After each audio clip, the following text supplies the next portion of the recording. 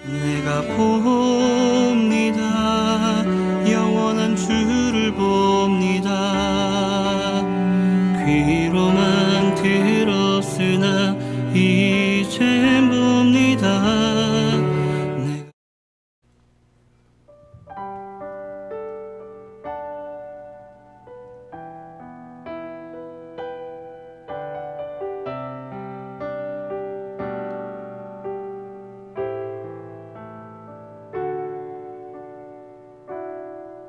철저히 무너진 삶 속에서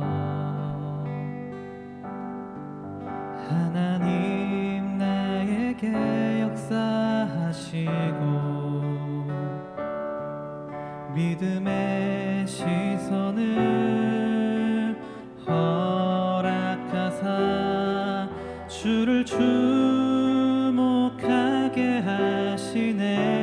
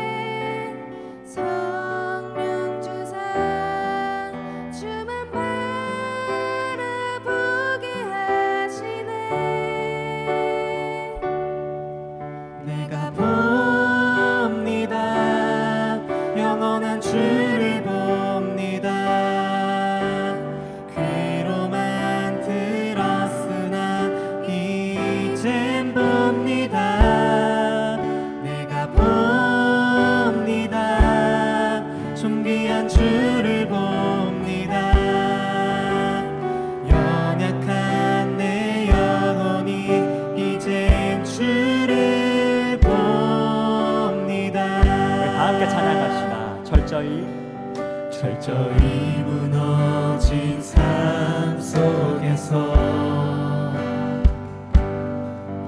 하나님 나에게 역사하시고 믿음의 시선을 허락하사 주를 주목하게 하시네.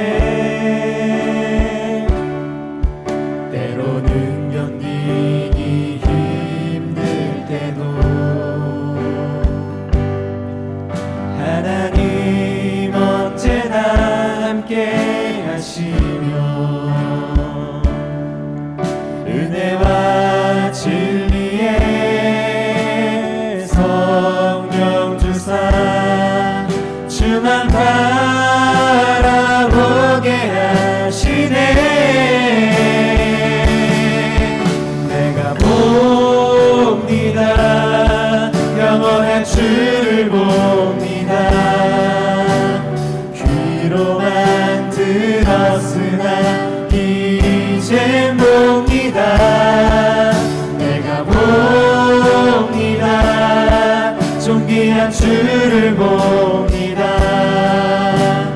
연약한 내 영혼이 이제 주를 다시 한번 고백합시다. 철저히 무너진 삶 속에서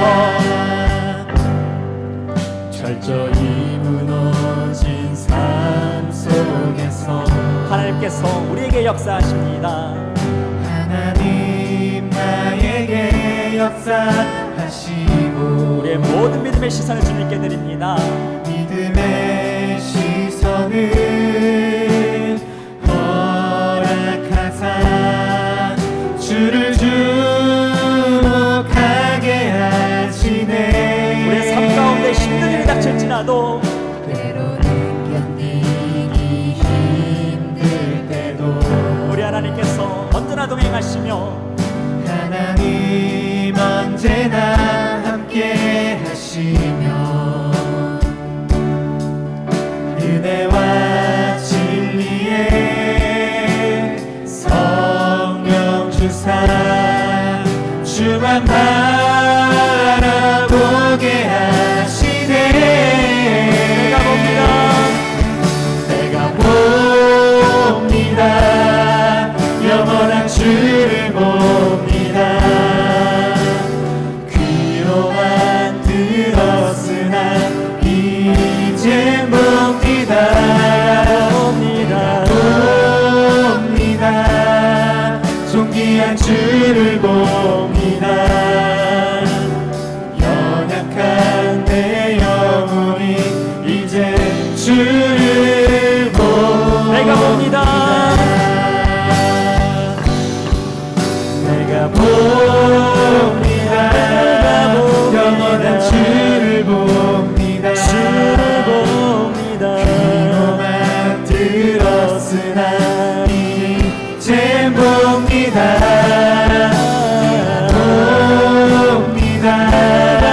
존귀한 주를 봅니다. 연약한 내 영혼이 이제 주를 봅니다. 너 시험을 당해 너 시험을 당해 죄 짓지 말고 너 용기를 다해 꼭 물리치라.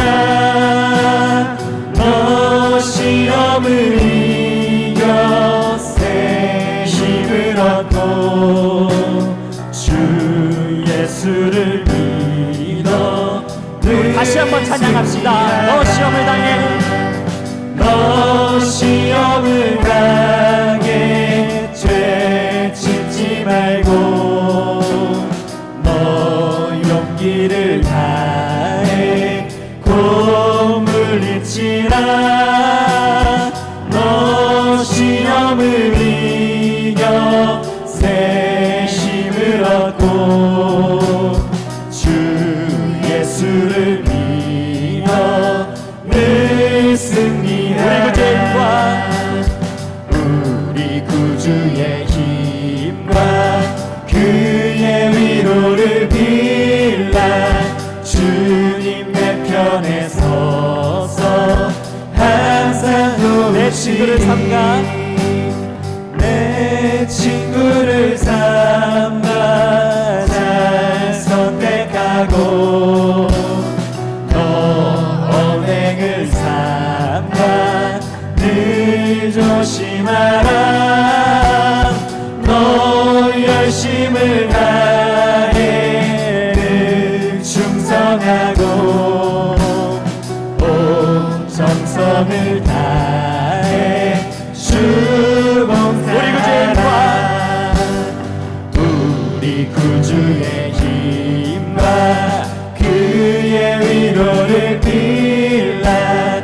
주님 내 편 우리 목소리 높여 찬양합시다. 잘 이기는 자는 상 받으리니 잘 이기는 자는 상 받으리니 너 낙심치 말고 늘 전진하라. 내 구세주 예수 힘 주시리니 주 예수를 믿어 다시 한번 고백합시다. 잘 이기는 자는 잘 이기는 자는 상 받으리니 너 낙심치 말고 늘 전진하라. 내 구세주 예수 힘 주시리니 주 예수를 믿어 늘 승리하라. 우리 구주의 힘과 그의 위로를 빌라. 주님 내 편에 서서 항상 오시리. 우리 구주의 힘과 그의 위로를 빌라. 주님 내 편에 서서 항상 도우시니 항상 도우시니. 어떤 상황 가운데 가운데서도 우리를 항상 도우시는 그 주님께 우리 감사와 영광의 박수 올려드립시다. 할렐루야. 아멘.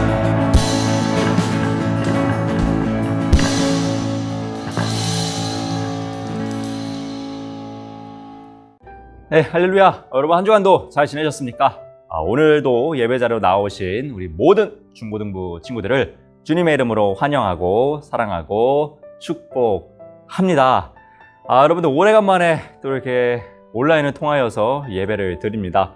물론 뭐 나와서 예배 들었던 친구들도 있겠고 계속해서 온라인을 들었던 친구들도 있겠지만은 또 제가 이렇게 카메라 앞에서 이렇게 혼자서, 사실 혼자는 외롭잖아요. 그래서 제 옆에 이렇게 기타를 좀 세워놨습니다. 허전함을 달래기 위해서, 카메라의 이 허전함을, 빈 공간을 담기 위해서 구석에 있던 기타를 이렇게 옆에다가 대령했습니다. 이 얘기가 딴 데로 샜는데요. 여러분 좌우지간에 이렇게 또 어려운 상황으로 인해서 우리가 이렇게 온라인으로 또 만나게 되었지만요. 또 이 어려움 가운데서도 일하고 계시는 우리 크신 하나님을 발견할 수 있는 눈들이 우리 모두에게 있기를 간절히 소망합니다.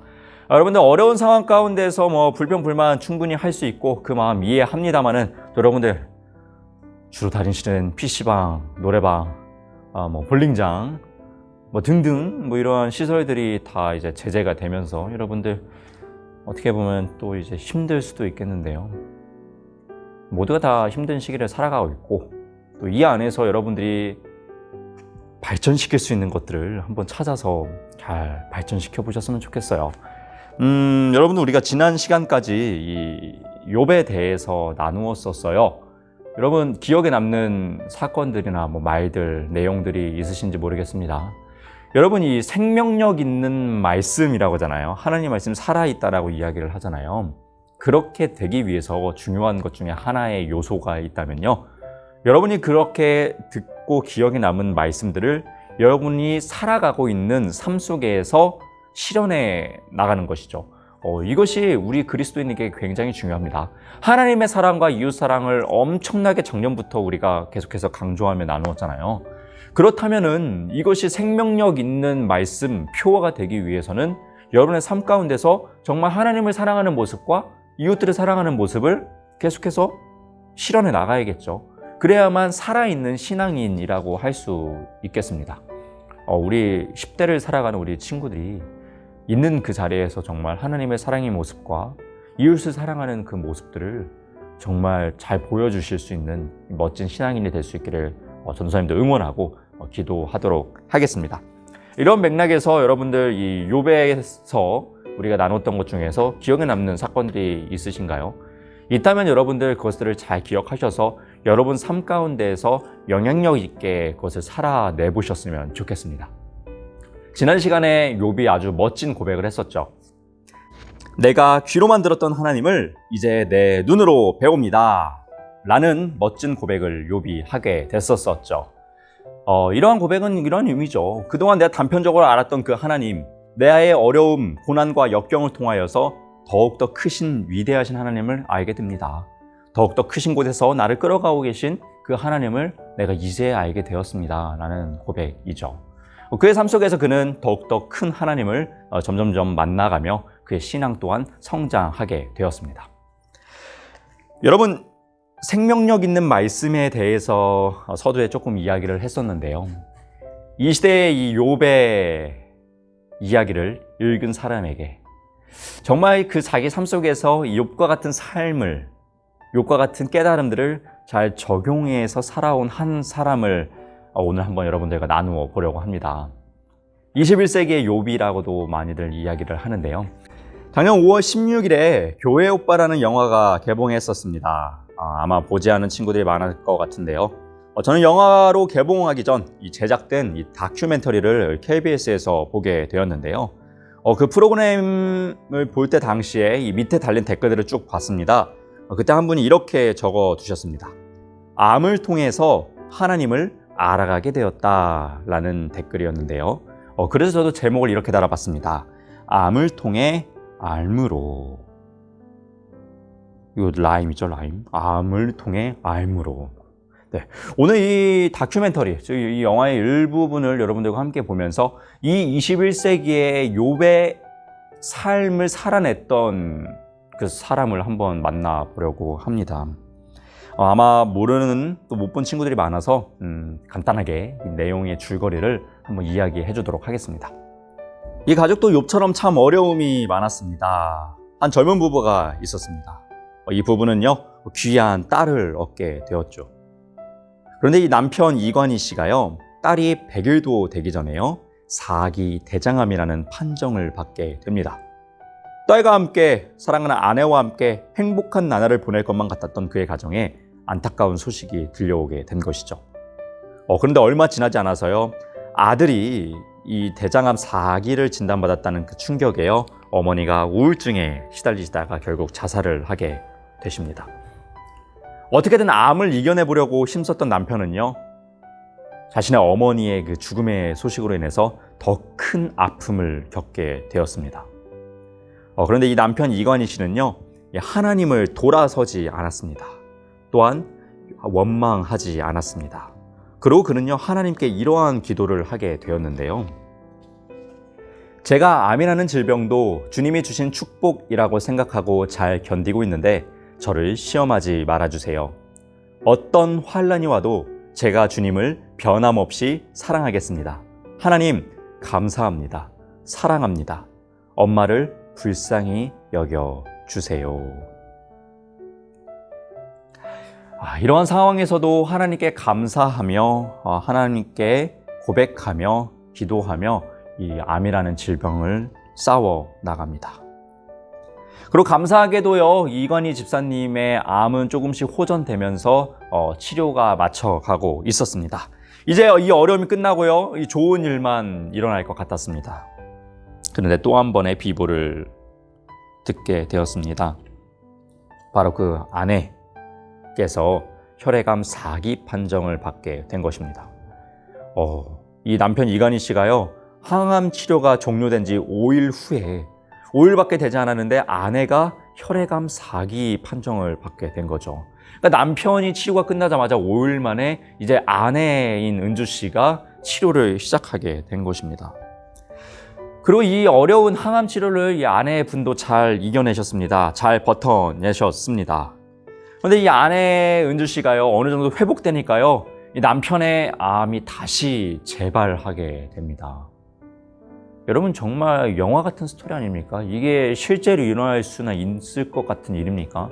정말 이 드라마나 영화와 같은 일들이, 이 재앙들이 계속해서 이 관희 씨 집사님의 가정에 들이닥치고 있었던 것이죠.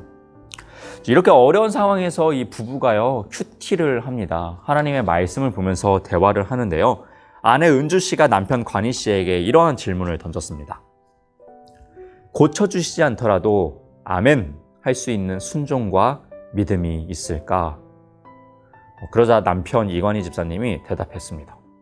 모든 사람들이 질병에서 완치하는 기적만 바라고 있지만 오늘 하루도 이렇게 삶이 이어지고 있는 것이 얼마나 큰 기적이고 하나님 은혜인지.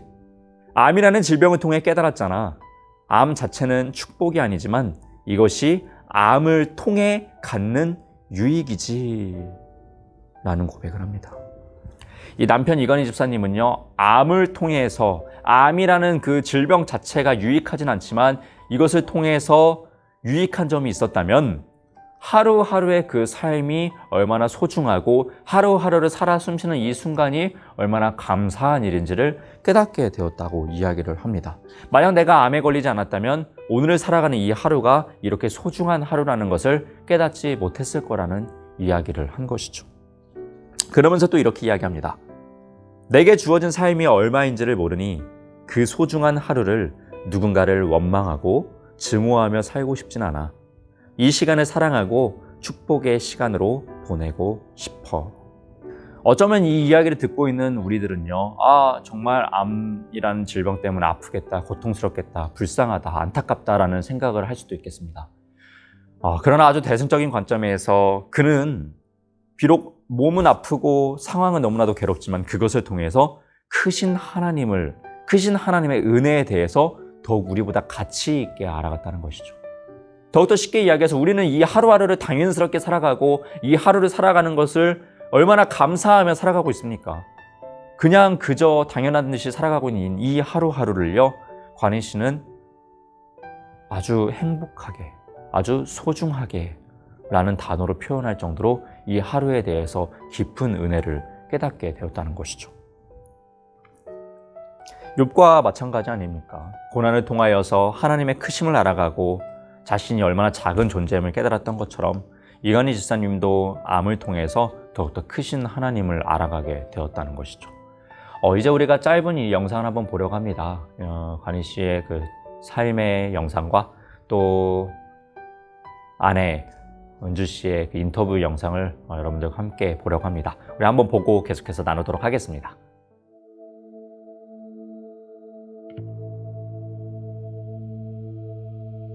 그런데 연속해서 밀려오는 거대한 쓰나미와 같은 그 절망의 현실 앞에 저희 부부가 이 질병이 주는 두려움에 휩싸여 절망하고 좌절하지 않았습니다.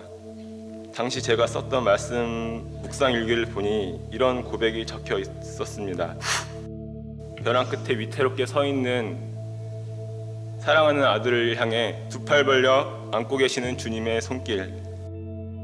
환날 날에 나를 부르라. 내가 너를 건지리니 내가 나를 영화롭게 하리라. 너는 내게 부르짖으라. 내가 내게 응답하겠고 내가 알지 못하는 크고 은밀한 일을 너에게 보이리라. 하나님은 이런 분이심을 믿습니다.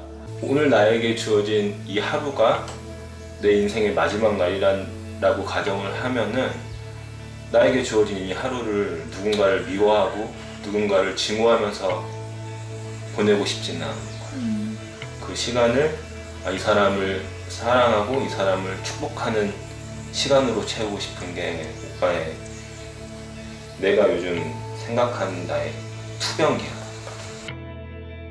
오빠 요즘 기도 제목이 내 안에 나는 죽고 오직 예수님만 사는 삶. 이게 어떻게 보면 굉장히 멋있는 말이고 굉장히 어려운 말인데, 근데 이제 생과 사의 갈림길에 서 있는 나나 은주나 우리는 그거를 할 수 있는 상황인 거예요. 저도 그럴 때마다 하나님께 서운한 마음이 들 때는 있는데, 그때마다 하나님을 원망하지 않는 법이, 저는 나만의 손익계산서를 쓰거든요. 손익계산서. 공대생들은 항상 플러스 많이 써요. 여태까지 내가 살아오면서 누렸던 은혜와 좀 플러스 이득이죠. 그 다음에 내가 지금 뭐 느끼는 절망 이런 것들을 마이너스 해보면, 플러스 마이너스 해보면 항상 플러스예요. 그러니까 이제 지금 우리가 막 힘들어하고 원망하는 이유는 지금 내가 당한 이 고통의 현실에만 집착을 하고 있지만, 내 삶을 전체를 봤을 때 내가 받은 은혜들이랑 이런 걸 다 계산해 보면 감히 하나님께 원망을 할 수가 없다라는 게 이제 제 결론입니다. 있어주는 거, 소연이 옆에 살아 있어주는 거. 이렇게 문득문득 이제 그런 상상을 하는데, 소연이의 그 인생의 걸음걸음마다 엄마 아빠가 옆에서 같이 이렇게 동행해주는 그 삶의 모습이, 이게 상상만 해도 되게 즐거운데 그게 상상이 아니고 진짜 삶으로 이루어지면 더 즐겁겠지, 더 즐겁고 행복하겠지. 하나, 둘. 왜 저보고 하루라도 더 살아야 되냐라고 물어봤을 때는, 하루라는 시간을 통해서 제가 조금이라도 더 온전해질 수 있는 기회를 갖고 싶은 거예요. 이야! 오, 정확해. 우와! 잘하는데? 이야! 찍찍! 사과! 서투르고 부족한 점들이 많았던 삶이었기 때문에 짹짹 함께 차차차 힘을 털어서 하루라는 시간이라도 주어진다면 조금이라도 더 온전하고 좀 성숙한 하루를 더 살 수 있는 기회를 갖고 싶어서 그게 삶의 이유인 것 같아요. 그래도 무서운 건 어쩔 수 없어. 쫄지 말지. 똑같아요. 화면에서 보는 거랑 그냥 교회 오빠의 표본? 집, 회사, 교회, 뭐 출장 이거 말고는 다른 데 가는 법이 없으니까 10년 넘은 내비게이션, 업그레이드 안 한 내비게이션이 있는데 그걸 버리지 않아도 사는데 전혀 불편함이 없는 어느 정도인지 아시겠죠? 네. 안 믿었어요. 안 믿었고 그냥 오진일 거다. 그렇게 해서 기도했지. 오진이게 해달라. 지옥에 가면 이런 기분일까? 어머님이 돌아가신 장면을 제가 처음 목격을 했기 때문에 그 충격이 이제 너무 커서 정신과 치료도 받아야 했고 그러니까 내가 어떤 환란이 와도 내가 주님을 변함없이 사랑하겠다. 내가 절대 주님을 배신하지 않겠다. 그리고 내가 욕보다 더한 믿음으로 주님을 사랑하겠다. 그렇게 기도하더라고요. 그러니까 마음으로는 원망하는 마음이 있었을지 모르겠지만 제가 들은 건 똑똑히 기억하고요. 그 사건들을 이제 주위에서도 해석을 잘 못하니까 믿는 분들조차도 사실 상처되는 말들을 진짜 많이 주셨거든요. 그래서 어떻게 그렇게 엄마가 믿음이 없냐, 또 지옥에 갔다 그런 말들도 많이 들어야 했고 그러니까 왜 이렇게 끝이 없지? 어디까지지? 정확히는 이제 남편이 항암 치료 끝나고 5일 뒤에 제가 이제 암 판정을 받았는데 저도 믿음이 없는 사람이지만 하나님께서 정말 우리 부부를 통해서 뭔가 계획하고 계신 게 있다. 그리고 나를 헤어지지 않으실 것 같다. 하나님이 인격적으로 만나지 못하고 살았거든요. 그래서 저한테는 너무 감사한 일이 됐어요. 그러니까 제가 암사기 진단받고 정말 하나님을 인격적으로 만날 수 있었고 정말 내 생에 있어서 가장 큰 분수령적인 회개를 할 수 있는 시간이 됐던 것 같아요. 물론 덤덤하게 얘기하지만 한 3일 정도는 혼자 입원실에서 통곡하고 미친애처럼 울었죠. 이제 제가 보호자였다가 환자가 된 거잖아요. 서로의 소통이 완벽하게 되기 시작했어. 너무 우리의 이야기가 너무 어둡고 너무 소름 끼칠 정도로 슬픈 그런 이야기여서 감히 섭외할 엄두가 안 났다고 그러시더라고요. 남편이 노래자랑 대회를 나간 거야. 암환우들끼리 하는. 근데 거기서 이제 다 함께 차차차를 불러갖고 거길 나가서 1등한 영상이 너무 이제 기쁘고 그래서 그걸 그 커뮤니티에 올렸는데 그걸 보고 이제 PD님이 바로 섭외를 하시더라고요. 서로 그냥 이런 투병에 둘 다 너무 이제 병을 잘 이기고자 하는 의지가 강했기 때문에 우리의 이런 병을 이기고자 하는 어떤 정보나 소스들이 그분들한테 도움이 될 수 있을 거다라는 생각으로 이제 시작을 했던 거죠. 근데 하나님께서 이렇게 일하실 줄은 그때는 사실 상상도 못했어요. 촬영 감독님, PD님 전부 다 음악 감독님까지 전부 다 넌 크리스찬이신데 근데 사실 돌아보면 이분들이 크리스찬이 아니셨기 때문에 교회 오빠라는 다큐멘터리가 KBS에서 방영이 될 수 있었던 거예요. 그래서 KBS가 엄청난 그 진통을 치르고 있어서 파업을 겪어가지고 이 교회 오빠가 방영이 될 수 없는 상황이었어. 그리고 심지어 욥기 말씀이 그대로 이 공영방송에서 나간다는 건 있을 수가 없는 일인데 그 이호경 PD님을 하나님이 이제 도구로 선택을 하신 것 같아요. 그래서 그 KBS 사내 심의실로부터 이 다큐멘터리는 심히 종교적이다 라는 이제 비난도 들으셨고 또 파업 때문에 방송 자체가 이제 불가능한 상황이었는데 다행스럽게도 이 이호경 PD님이 넌 크리스찬이셨기 때문에 이 방송을 내 종교를 위해서 사용하지 않는다라는 정당성이 있었고 그리고 또 그래서 방송이 나갈 수 있었고 또 파업인데도 불구하고 이 방송을 내보내야 된다는 사명감을 가지신 거예요. 이분이 넌 크리스찬임에도 불구하고 그 총대를 메고 이거를 방송을 나갈 수 있게 그렇게 하신 거죠. 그래서 그러니까 나중에 이제 사람들이 이간희 집사를 정말 욕과 같은 믿음의 사람이다라고 이렇게 회자가 되고 한다면 저는 이호경 PD님은 정말 바울의 삶을 기록했던 누가처럼 빛나는 삶으로 하나님께서 축복해 주시기를 그렇게 기도하고 있어요. 다큐멘터리가 나가고 그러니까 이간희 집사의 삶을 통해서 정말 회복되는 영혼들을 보여주시는 거야. 너 때문에 하나님 믿고 싶어. 야 이간희 집사 너가 믿는 하나님 나도 믿어볼게 이런 사람들이 생겨나는 거예요.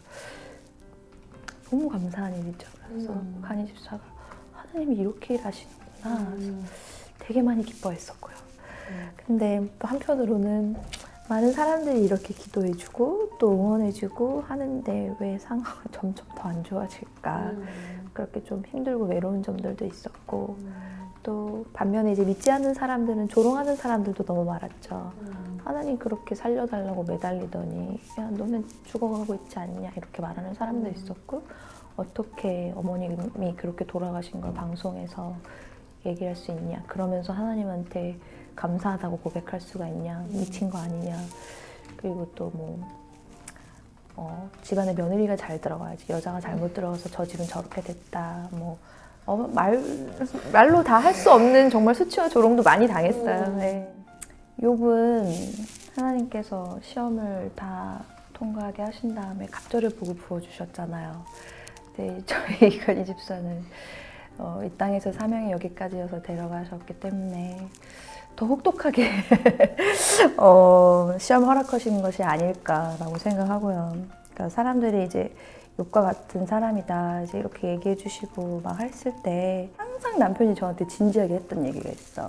뭐라고 했냐면 그러니까 욥의 진수는 마지막에 있는 게 아니라 과정에 있다고. 그러니까 정말 욥이 그 사람들이 이제 막 그 욥의 결과에 주목하고 막 초점을 맞추지만 진짜 욥기 진수는 하나님 앞에 욥이 어떻게 변화되어 가고 어떻게 정금같이 단련되어져 있는지 그게 가장 중요한 거라고 저한테 늘 얘기했었어요. 이제 두 번째 재발하고 나서는 저희가 촬영을 거부했거든요. 그래서 전혀 이렇게 찍을 마음이 없었어요. 근데 이제 그냥 남편이 이제 점점 상황이 안 좋아지면서 제 회복 가능성이 전혀 없는 시점에서 찍는 게 도대체 믿는 자에게도 그렇고 믿지 않는 자에게도 그렇게 유익한 것이 무엇이 있겠느냐. 그래서 사실 촬영을 거부를 했었는데 그러니까 주님이 세상에 이제 공헌하면서 눈부신 삶을 사는 사람도 증거로 삼지만 나처럼 이렇게 고통 속에 있으면서도 주님을 놓지 않는 사람도 증거로 삼으실 거다. 그렇게 해서 촬영하고 딱 열흘 만에 남편이 소천한 거예요. 이 땅에 오게 하신 날, 이 땅에서의 사명이 다 끝나게 하시고 그날 생일이니까 또 카톡에 맨 위에 뜨잖아요. 자기 생일이면 사람들이 다 봤을 거 아니야. 맨 위에 뜨니까. 근데 거기 부고문이 떠 있었지. 근데 또 그날이 하나님 관점으로 보면 천국 입성한 첫날이 된 거잖아. 얼마나 하늘에서는 천국 잔치를 하고 있겠어요. 우리는 슬프지만, 인간적으로 슬프지만. 그래서 참 이 사람은 특별하게 하나님의 사랑을 많이 받고 간 사람이구나. 근데 이제 꼭 자기 전에 보고 싶다고 얘기해. 아빠 보고 싶다. 엄마 아빠 보고 싶다. 아빠 왜 안 와? 이제 이렇게 얘기하면 지금 예수님이랑 천국에서 아주 행복하게 잘 있다. 그러면 이제 너무 순수하니까 얘는 천국에는 못 타고 가야 되냐. 그러면 그 예수님이 우리 사명이 다 끝나면 불러주시면 우리는 가는 거다. 우리 마음대로 갈 수 있는 곳이 아니다. 이제 그렇게 얘기해주면 자꾸 꼬치꼬치 물어보는 거야. 그럼 언제 불러주시냐 예수님이. 이렇게 물어보고 자꾸 지 이름을 쓰고 제 이름도 쓰고 아빠 이름은 이제 어려워서 잘 못 쓰는데 자꾸 물어봐요 이것저것. 책 읽는 거 좋아하고 그리고 찬양 부르는 거 진짜 좋아하고 말씀 이렇게 가르쳐주면 이제 외우거든요, 소연이가. 너무 잘 외워요. 그래서 이제 그런 암송하는 거, 또 영화 엔딩 장면이기도 한 그 10편, 27편, 14절 말씀 강하고 그거를 지금은 너무 웅변처럼 씩씩하게 잘 외우고 그리고 밤에 자기 전에 꼭 이렇게 가끔씩 이렇게 불 끄면 엄마 무서워 그럴 때 있거든요. 그럴 때 아빠 가르쳐준 거 해봐. 그럼 이제 큰 소리로 강하고 안 무섭지? 응. 그러고 자고. 우리 같은 죄인을 위해서 목숨을 내어주신 하나님의 그 크신 사랑과 은혜 그리고 참 말로 다 할 수 없는 그런 힘든 고난들을 겪어왔는데 그런 고난하고 역경도 심지어 죽음조차도 예수님의 보혈보다 크지 않다라는 것을 확인시켜줄 수 있는 메시지가 담긴 영화였으면 좋겠고요. 또 고통과 절망에 빠진 사람들에게 위로와 또 치유의 사명을 감당할 수 있는 그런 복음의 통로로 잘 쓰임받을 수 있다면 이간희 집사도 천국에서 크게 기뻐하리라고 생각해요. 훗날 이제 남편을 만나게 되면 은주야 고생했어. 고마워. 그 한마디 들을 수 그 말을 듣고 싶어요. 이제 그 교회 오빠라는 영화가 제작되어서 이제 세상 앞으로 나가는데요. 저희 남편의 정말 거룩했던 삶이 다, 그리고 정말 그 고난 가운데 있었던 삶들, 그리고 죽음의 모습까지도 모든 삶을 주님 앞에 산 제물로 되어드렸거든요. 그래서 이 영화를 통해서 정말 남편이 평생에 고백했던 것처럼 정말 수많은 영혼들이 주님께로 돌아오는 복음의 통로가 되고, 또 상처와 절망에 있는 사람들에게는 위로와 치유의 사명을 감당할 수 있는 그런 영화가 되기를 같이 기도해 주시길 부탁드리고, 오셔서 하나님의 진한 사랑을 느낄 수 있는 시간이 되셨으면 좋겠습니다. 감사합니다. 네, 여러분들 잘 보셨습니까? 비록 안타깝게도, 우리 입장에선 안타깝게도 이건희 집사님께서는 또 하늘나라로 가셨지만요. 또 그가 이 삶 속에서 남긴 그 말씀대로의 삶의 모습은 남아있는 우리에게 큰 도전을 주고, 또 동일하게 암으로 인하여서 투병하고 계신 많은 분들에게도 큰 힘이 되었다라는 그런 이야기를 제가 들었습니다. 여러분, 제가 2016년도에 캄보디아 해외 선교를 간 적이 있습니다. 사진 한번 보실까요?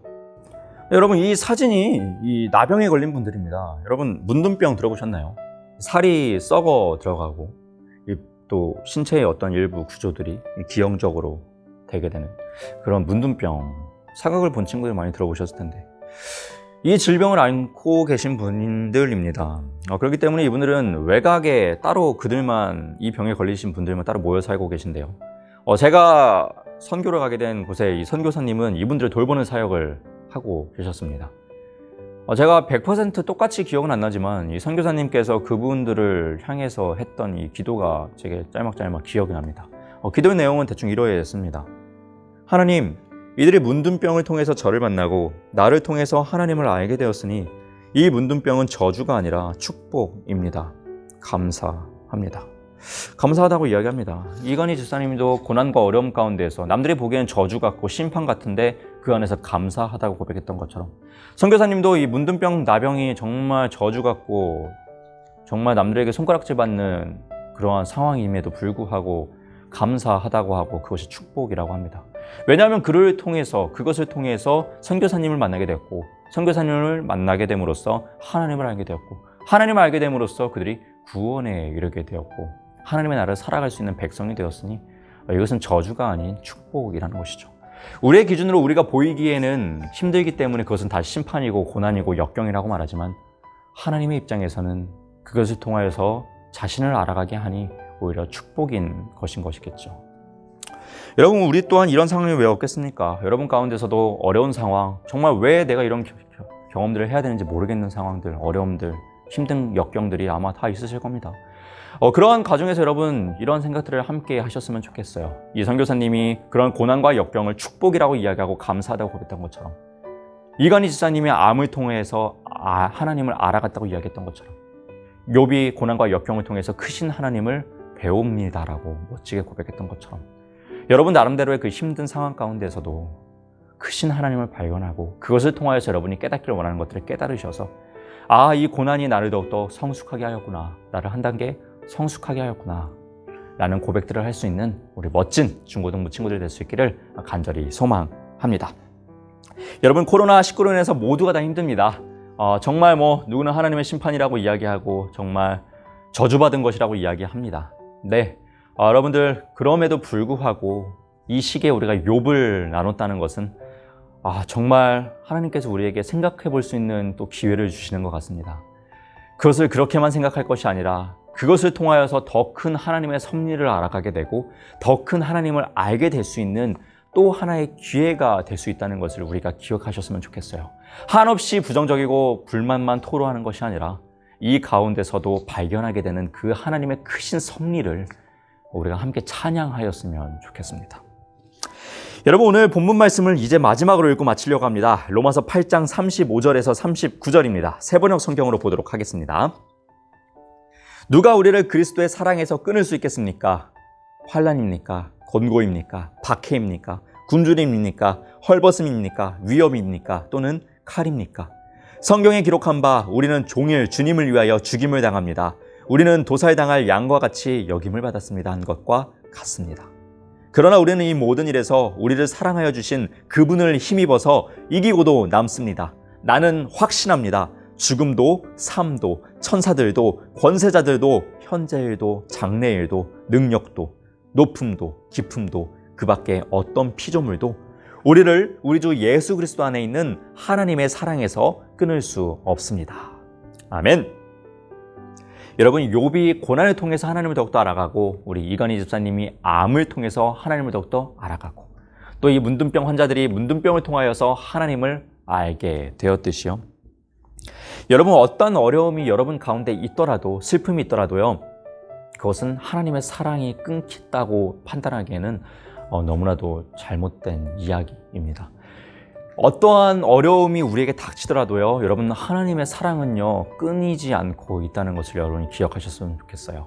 여러분 삶 가운데 나는 하나님께 버림받는 것 같은 이런 상황일지라도 하나님이 나를 사랑하지 않는 것 같다라는 이런 상황일지라도요. 결코 그렇지 않다는 것을 상황이 너무나도 어려울지라도 하나님 우리를 사랑하고 계시고 우리를 위해서 일하고 계시다는 것을 여러분들이 잊지 않으셨으면 좋겠어요. 사도 바울은 로마 교회에 이야기했어요. 아무리 박해받는 상황이어도 어려움을 당하는 상황이어도 그것은 하나님의 사랑이 끊긴 것이 아니라는 것을 말입니다. 여러분, 이 상황 가운데서 2020년 살아가는 우리 모든 열방들이 힘들어하는 시기지만 하나님 우리를 포기하지 않으시고 우리가 온전한 하나님을 더욱더 알아가기 위해서 노력하고 계시고 일하고 계시다는 것을 기억하시면서 우리가 마땅히 해야 될 일들을 우리의 삶 속에서 하나님과 함께 일하심을 동참할 수 있는 지혜로운 우리 모두가 될 수 있기를 간절히 소망드리고 주님의 이름으로 부탁드립니다. 오늘도 예배자로 나오신 우리 모든 중고등부 친구들을 다시 한번 사랑하고 축복합니다. 기도하겠습니다. 사랑의 하나님, 고맙고 감사드립니다. 코로나 재확산으로 인해서 우리가 이렇게 온라인으로 예배를 드립니다. 그러나 우리가 어디에 있든지 어떠한 곳에 있든지 무엇을 하든지 우리의 마음의 중심이 하나님을 떠나지 않게 해주셔서 어려움 가운데서도 하나님을 더욱더 찬양하고 기도하며 이 가운데서 하나님의 일하심을 발견하여 하나님의 크심을 찬양할 수 있는 우리 모든 중고등부 공동체가 될 수 있도록 주님께서 함께하여 주시옵소서. 낙심하고 있는 친구들의 마음을 위로하여 주시옵고 어려운 환경 가운데 있는 친구들에게 하나님의 눈을 열어주셔서 하나님의 크게 일하고 계심을 선으로 인도하고 계심을 발견케 하여 주시옵소서. 모두에게 지혜를 허락하여 주셔서 이 어려운 시기를 함께 이겨내게 하여 주시옵고 자신의 자리에서 하나님의 자녀답게 할 수 있는 것이 무엇인지를 끊임없이 고민하여 빛과 소금의 역할을 감당해낼 수 있는 우리 모두가 될 수 있도록 긍휼과 자비를 성령의 충만함을 더하여 주시옵소서. 감사드리며 이 모든 기도 살아계신 우리 주 예수님의 이름으로 기도드렸습니다. 아멘. 네, 여러분들 광고하겠습니다. 중고등부 예배는 당분간 이렇게 온라인으로 여러분들과 드리게 될 것 같습니다. 여러분들 항상 마음이 중요합니다. 여러분 상황은 다 핑계입니다. 여러분들이 이렇게 해서 저렇게 해서 제대로 못 드리네, 하네, 하나님한테 기도할 이런 분위기가 안 되네, 찬양할 뭐가 안 되네. 여러분 핑계입니다. 하면 다 합니다. 박해 상황에서도 여러분 다 합니다. 북한에서도 그들의 상황 가운데서 다 크리스천들 예배합니다. 여러분 아무리 어려워도 우리의 마음의 중심이 흔들리지 않는다면 어떠하게든지 다 예배할 수 있습니다, 여러분. 그러니 여러분들 이 상황을 탓하지 마시고 여러분의 핑계 대지 마시고 여러분 마음의 중심에 온전히 향할 수 있기를 간절히 소망합니다. 광고 내용은 이것이 답니다, 여러분. 그리고 이제 토요일마다 격주로 우리 놀면 모안이 진행되고 있는데 여러분 제 초심을 되찾아서 다시 한번 열심히 여러분들과 함께 방송을 해보도록 하겠습니다. 여러분들 그러면 또 다음 주에 뵙도록 하겠습니다. 우리 마지막으로 주님이 가르쳐주신 우리 주기도문으로 예배를 마치도록 하겠습니다. 너희는 이렇게 기도하라. 하늘에 계신 우리 아버지여, 이름이 거룩히 여김을 받으시오며 나라가 임하시오며 뜻이 하늘에서 이루어진 것 같이 땅에서도 이루어지이다. 오늘 우리에게 일용할 양식을 주시옵고 우리가 우리에게 죄 지은 자를 사하여 준 것 같이 우리 죄를 사하여 주시옵고 우리를 시험에 들게 하지 마시옵고 다만 악에서 구하시옵소서. 나라와 권세와 영광이 아버지께 영원히 있사옵나이다. 아멘. 네, 여러분들 잡음이 안 들리기 위해서 에어컨도 다 끄고 했더니 상당히 덥습니다. 네, 너무 덥습니다. 여러분들 날도 더운데 여러분들 폭염들 조심하시고 건강들 유의하시고 마스크 잘 쓰고 다니시고요. 여러분들 얼른 이 상황이 타파되도록 그리고 다시 만나는 그날을 기대합니다. 여러분들 다음 주에 뵙겠습니다. 빠이빠이.